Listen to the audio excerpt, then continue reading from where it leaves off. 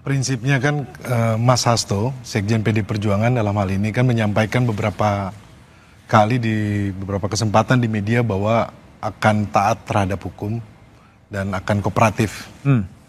Panggilan yang pertama memang pada saat kami terima panggilan tersebut, Mas Hasto sudah ada agenda, yaitu persiapan dalam rangka rangkaian HUT PD Perjuangan.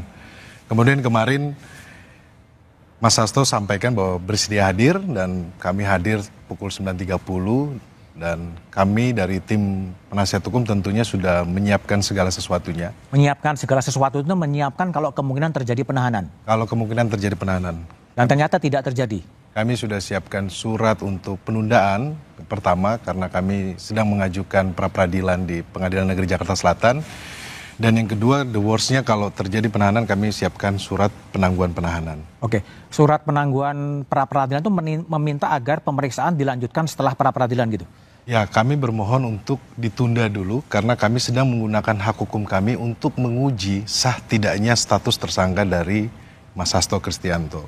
Dan ini hal yang lumrah dan sebenarnya kita menggunakan hak hukum kita ini dan sewajarnya pengadilan memang harus uji status tersangkanya Mas Hasto. Betul. Saya lihat begini ya Mas, bahwa konstruksi hukumnya menurut pandangan kami dari analisa tim hukum, tentunya kami melihat ini masih lemah. Lemah? Masih lemah. Atau yang kami sebut bahwa kalau kita ketahui bahwa ini kan sudah diuji di tahun 2020. Di persidangan terdakwa Tio, kemudian Wahyu, kemudian di terdakwa Saiful. Dalam persidangan yang cukup lama dan terbuka di umum, situ kan ada jaksa penuntut umum yang jaksa, kemudian ada hakim, kemudian saksi-saksi berapa banyak itu dikonfrontir semuanya. Dan di dalam putusan persidangan yang sudah ingkrah, tidak ada satupun bukti yang terkait dengan... Tidak ada satupun bukti bukti. Ya, nanti kita lihat saja prosesnya seperti apa. Namanya itu kan hak ya, sesuai dengan pasal 77 KUHP itu kan hak daripada tersangka gitu. Nanti kan kami juga akan menyiapkan jawaban dari Biro Hukum segala sesuatu bersama dengan penyidik kami akan hadapi. Tapi KPK yakin bahwa tidak akan gugur di pra-peradilan penetapan tersangka Hasto ini?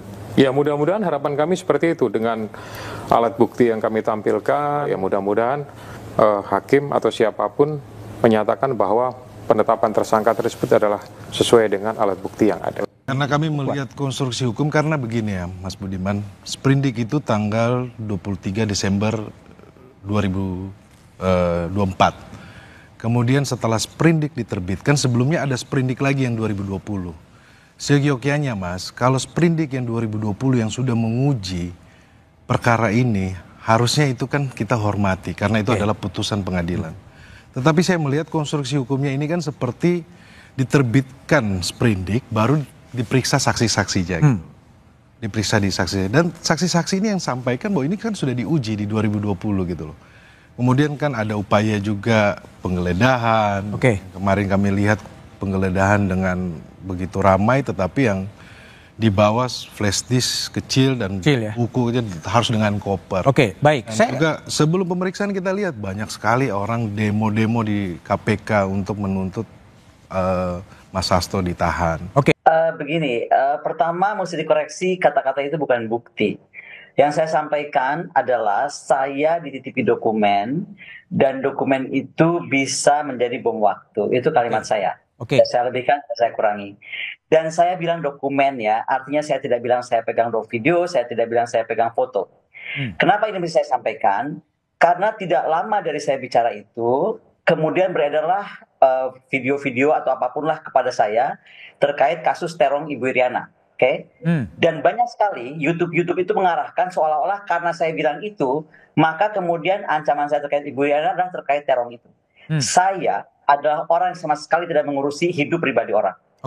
Karena saya sudah mengalami bagaimana ketika saya bersuara keras sejak Gibran kasus MK, itu suara saya terkeras kepada negara adalah ketika MK diacak-acak. Saya itu orang yang nggak pernah turun ke jalan. Hari itu saya turun ke depan istana. Apa yang dapat saya dapatkan adalah kasus file militer saya yang menjadi rahasia pengadilan militer itu tentang urusan rumah tangga itu bisa dipublish keluar dan dipakai untuk alat mendiskreditkan. Oke. Makanya saya paling benci hal-hal seperti itu. Dan saya ulangi sekali lagi, yang saya pegang adalah dokumen. Dokumen. Oke. Nah, ya. Yang kedua, ketika saya menerima dokumen, sudah pasti saya bukan orang bodoh dan Pak Hasto juga orang pinter kan. Kami tidak bisa menerima begitu saja. Pasti ada perjanjian antara kami bahwa saya hanya sekedar dititipi. Sehingga hak untuk mengeluarkan, mengedarkan, memindah tangankan, mentransfer, dan lain dan sebangsanya, itu hanya ada di tangan Pak Hasto Kristianto sebagai pemilik dokumen. Tapi menariknya dari sini adalah begini. Ketika saya baru menyebut begitu, perhatikan misalnya salah satu Twitter kakak Akbar Faisal. Beberapa hari lalu ya, 2 hari lalu. Dia bilang cuma satu kalimat aja, 30 dokumen. Saya langsung telepon Mas Hasto, apa sih nih 30 dokumen? Gitu kan, maksudnya Pak Akbar Faisal ini apa? Ternyata memang banyak dokumen-dokumen yang tadinya tidak sampai 32, yang saya pegang tidak sampai 32. Tetapi itu menjadi 32 karena banyak sekali orang datang kepada Pak Sekjen membawa bukti-bukti dan berkas-berkas lain. Kalau sekarang saya dikejar-kejar, banyak sekali mengejar-ngejar, Bu Koni kalau cinta NKRI ini buka gitu kan. Satu, saya bukan pemilik. Yang kedua, ketika kita membuka sebuah rahasia negara, kita ini ya, di sini kan pegang dokumen itu 3 orang ya. Saya, Mas Hasto, Pak Andi Wijayanto, mantan Gubernur Lemhanas. Kami ini orang pertahanan. Saya dosen di Sesko TNI, Angkatan Darat, Angkatan Laut, Angkatan Udara, Sesko TNI. Oke? Kami ini tahu betul berapa besar dokumen ini akan bisa berbahaya atau tidak, dan bagaimana kita harus menghandle. Sehingga saya sampaikan, saya itu berkoordinasi dengan aparat yang saya sebut aparat merah putih, baik dari polisi maupun dari TNI. Karena saya bilang ada juga banyak aparat yang tidak merah putih. Mungkin orang bilangnya parcok lah dan lain-lain. Saya sebutnya antara merah putih atau tidak. Ini semuanya saya harus sebutkan karena begini, masalah dokumen menurut saya itu hanya akan keluar ketika dalam beberapa kasus partai yang oposisi kita, oke lah kita nggak menggunakan oposisi. Tapi saya melihat begini, PDIP ini sekarang dianggap seperti seolah-olah sedang dibentuk menjadi partai musuh bersama. Aneh sekali. Padahal ketika tadi disampaikan ya oleh pada saat pembukaan tadi, oposisi atau partai yang tidak sama dengan pemerintah itu perlu sebagai check and balance gitu. Jika ini ditekan, dan saya mengalami penekanan itu, saya nggak akan curhat di sini karena bukan tipe saya curhat, tapi penekanan itu banyak. Lawyer saya itu mundur karena diancam. Kalau terus berarti Bu Koni, kami akan menindak anak kamu, istri kamu dan lain-lain. Jadi ada tekanan seperti itu.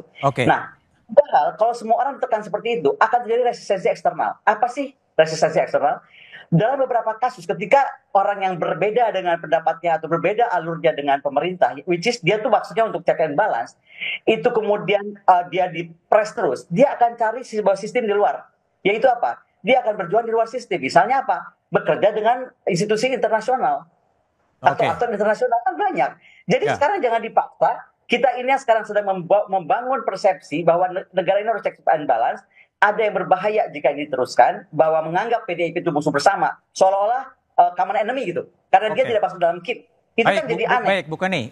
PDIP sebagai musuh bersama dikonstruksikan sebagai musuh bersama. Baik, sebentar.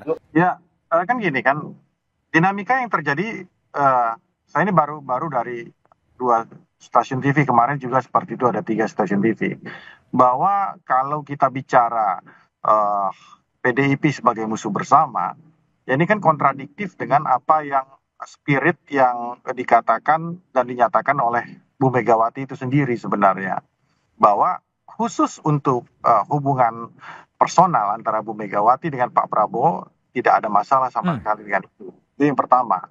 Yang kedua, ya bahwa kedua tokoh bangsa ini kan mempunyai 2 faktor utama sebenarnya, ya, yaitu faktor historis. Mereka berdua ini pernah berpasangan untuk maju sebagai capres dan cawapres. Kemudian juga tidak pernah ada tentang masalah perbedaan atau masalah pribadi antara mereka. Itu yang pertama. Yang kedua adalah aspek ideologis itu sendiri. Baik itu Partai Gerindra dan PDIP maupun Pak Prabowo dengan Bu Megawati. Bahwa Partai Gerindra dan dan PDIP mempunyai kesamaan ideologi sebenarnya. Dan ini sebenarnya kan bisa kita lihat ya dari pernyataan Bu Mega pada saat perayaan ulang tahun dari PDI pada saat itu menyatakan tentang masalah makan bergizi gratis. Beliau tidak memprotes atau tidak tidak menolak dan menentang masalah itu, tapi hanya Mas Bowo, perhatikan apakah 10.000 itu cukup atau tidak. Karena apa? ada kesamaan ideologi. Ada kesamaan ideologi ya? Ada kesamaan. Jadi kalau bicara PDI dikatakan sebagai musuh bersama, untuk pemerintahan Pak Prabowo sudah pasti clear tidak ada tentang masalah itu.